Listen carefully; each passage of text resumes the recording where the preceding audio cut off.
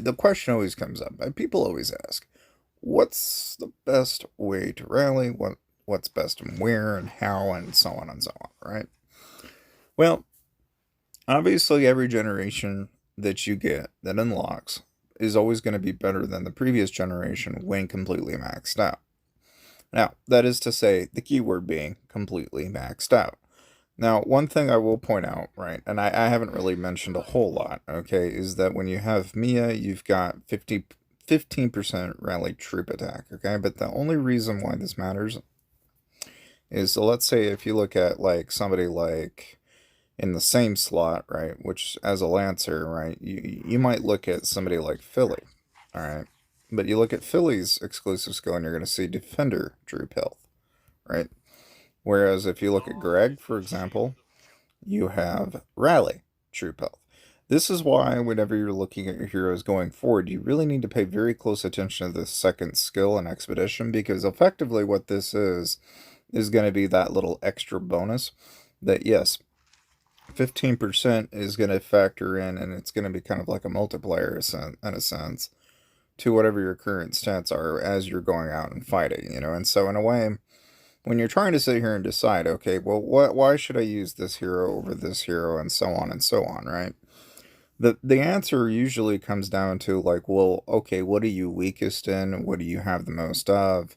Etc. Etc. So for like, you know, and for all intents and purposes, you know, it's like really what you should really get out of this video is that, you know, okay, if you're gonna play with Greg and you're gonna do rallies, you're gonna get rally troop health if you get his exclusive gear piece all the way up, right? Inversely, obviously, if you've got Mia, then you're looking at rally troop attack. Now, you might be wondering, okay, but what's a comparable? Is, you know, well, if you look at like Geronimo, for example, and you look at his Dawn Break skill, you'll notice that he gives you rally troop attacks, you know, by 15. So he's basically a comparable to a Mia, right? When you've got these skills maxed.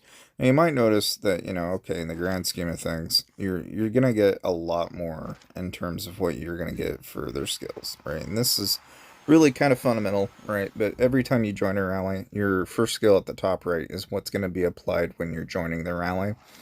And then all of these other skills are really only relevant whenever you're actually gonna be the rally captain. There, that is to say, you are the one rallying. Okay.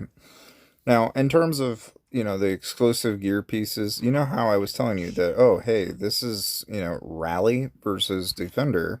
Okay, this is why when you're kind of questioning, like, well, how do I know what hero I should be using for this slot and so on? Well, it's highly dependent on this little factor here. Is it defender or is it attack? So oftentimes what you'll see me do, if you don't already, you know, what you really ought to do is have one set of gear, okay, for, you know, your marksman, your lancer, and your infantry. Okay, have one very decent set. And oftentimes what you're going to end up doing, okay, is, oh, hey, I'm in the middle of a defense. And if, let's say you've got a maxed out Gen 3 set of heroes, then all you have to do is flip-flop, depending on what you're doing. So, like in this case, it's rally. Oh, okay, I need to pick a defender equivalent.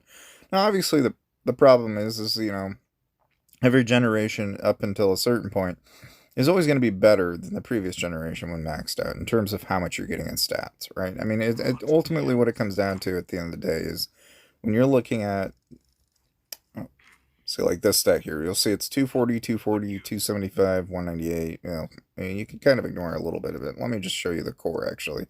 It's a little skewed when you throw on gear, but so you see it's 240 and then 60, right? And then you've got with escort defense and hero health. You notice how these numbers here kind of reflect like a certain percentage, right?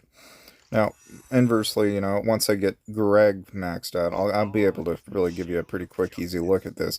But eventually you'll notice that, you know, these two also uptick. And of course, you know, if you're wondering, you know, oh, okay, I want to know more about this subject, like, there's stuff on the Whiteout Survival Discord, so if you really want to dive into this even further, you can find guides by Wine Bandit Y and a couple of other guys on the Discord that have really well thought out guides on just like, you know, okay, if I'm going to be picking infantry heroes and I'm in Gen 5, this is the best hero I should be using in these slots. And inversely, there's even like a, you know, kind of a list of which generations of heroes you should probably be using, depending on what star level or what skill level you even have them at, And so when you're sitting here kind of debating on, like, well, what should I use for this and that, that's kind of think of that as more like that's the big picture of what you're ultimately trying to achieve, right? And so whenever you're going to be going around and doing a rally, or you're going to be picking out your heroes and you name it, right? Like, for example, if I'm going to go out and let's say I'm going to go hit a polar bear, and I'm just going to do this for example, right? If I go out, say throw that little flag, right? I think everybody knows this at this point, but if you don't already, that little flag is pretty important, right? Because you can just as easily pick any other hero, right? And that little flag is ultimately what's going to apply who's going to be getting what used where. I mean, it's such an important little piece of information, but yet it often gets completely blown away. Now, you might be thinking, well, okay, so if I throw in, say, a team like this is the better team, right? Even though the star level's low. It's like, well, no, yes, and no. Like, so you have to pay attention to that star level because there's only going to be so much stats provided from their core stats. Now, in my case, I just happen to have the exclusive gear for both me and Greg maxed out today, which that wasn't cheap, but, it's like, say I just do this, right? And I set the rally up. Okay. If you're in the middle of like doing a rally, and this is on, whether you're doing bases or not, you can basically tap on the rally here. Okay. And you have you got like two things you got to think about, right? Some people, what they'll do is they'll do an even blend of 33 across, right? And they do this during Alliance Championship. They'll do this during like normal rallies and stuff like that. But I've had a lot of discussions back and forth internally with people, and it seems as though, like, typically what people will do in a rally, for example, is they'll actually decrease the amount of lancers they have and uptick the amount of marksmen. Alright, so one thing that comes up from time to time is like when you're having people join your rally, right? You got all your troop bonuses and stuff, but as the rally captain, you can see all of these skills that get imported into your rally, right? And these are all the skills that people, bring to the rally. So you got a bunch of stuns. So in this case, I have 4 stuns, right? Bunch of mollies. You notice a trend here, right? A bunch of mollies. Now, in the case of Frost Gorilla, it's not a big deal. But whenever you're going around, let's say you're doing a rally and you're gonna go hit like the bear, or you're in the middle of going out and attacking other players and such, the big emphasis on, well, should I use this hero or that hero, or should I be doing this or that? Ultimately, it comes down to this, okay?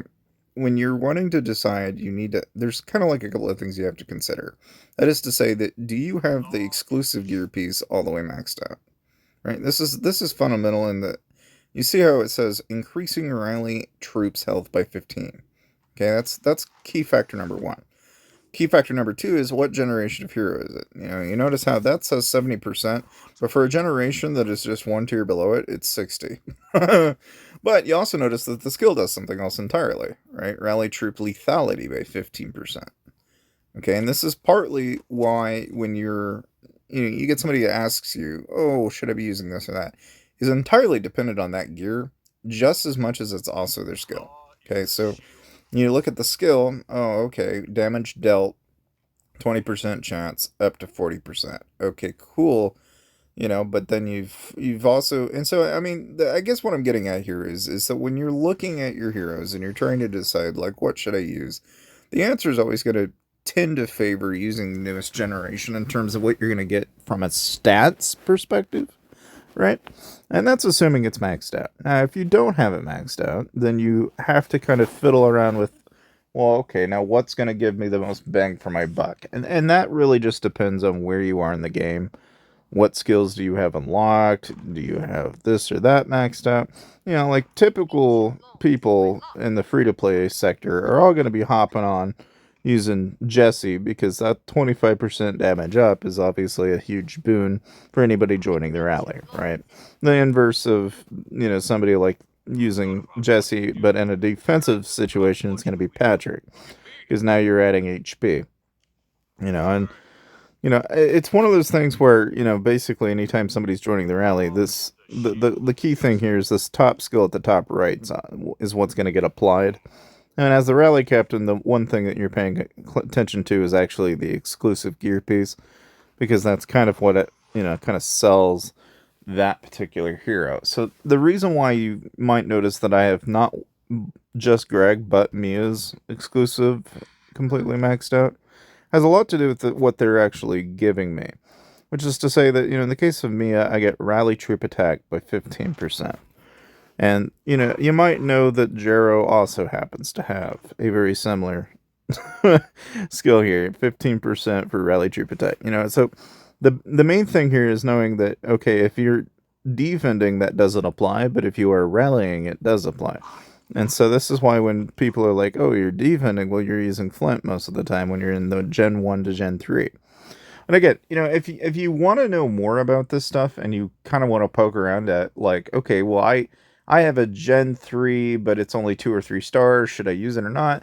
There are guides on the Whiteout Survival Discord that'll actually give you a pretty good idea of where they are in relation to, like, Gen 2 and 3, depending on whether or not they're maxed out, not quite maxed out, as say they're a 3rd star or 4th star and so on, right?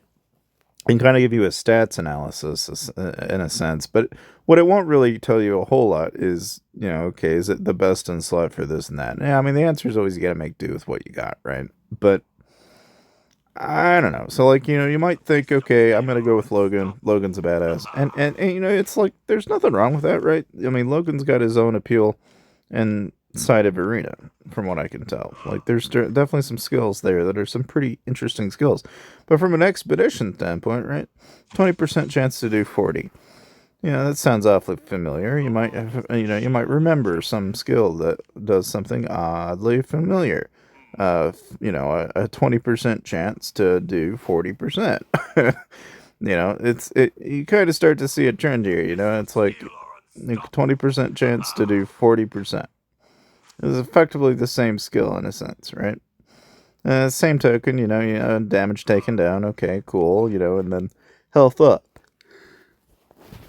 That's one thing that, when you tend to see somebody using an infantry hero, you're going to be focusing in on the fact that you're probably going to want to improve the amount of health and defense that those troops have so they don't die as fast.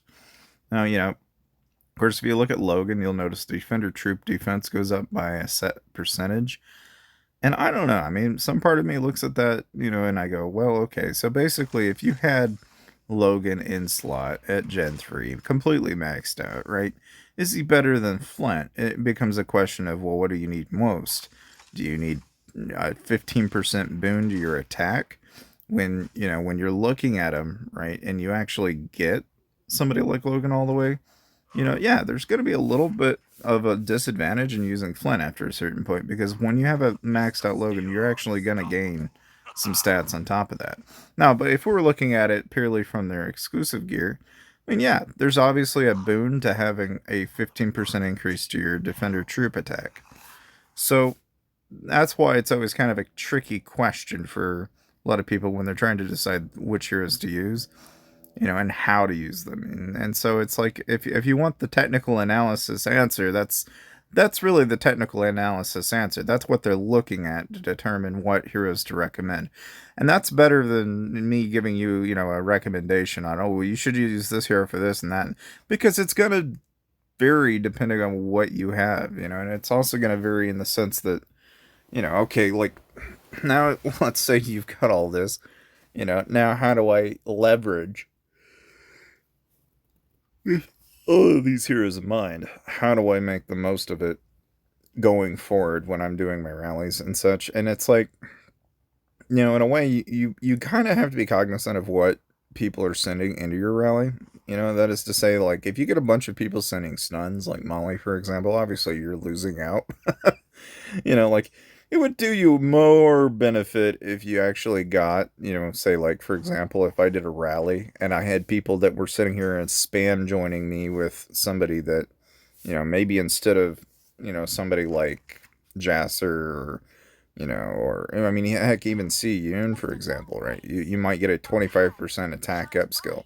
And a troop attack increase versus, say, something like a damage up increase that you would get with somebody like, our 25% damage up, for example, for damage dealt, you might notice a slightly different terminology, right? The difference between an increase in actual attack versus damage dealt.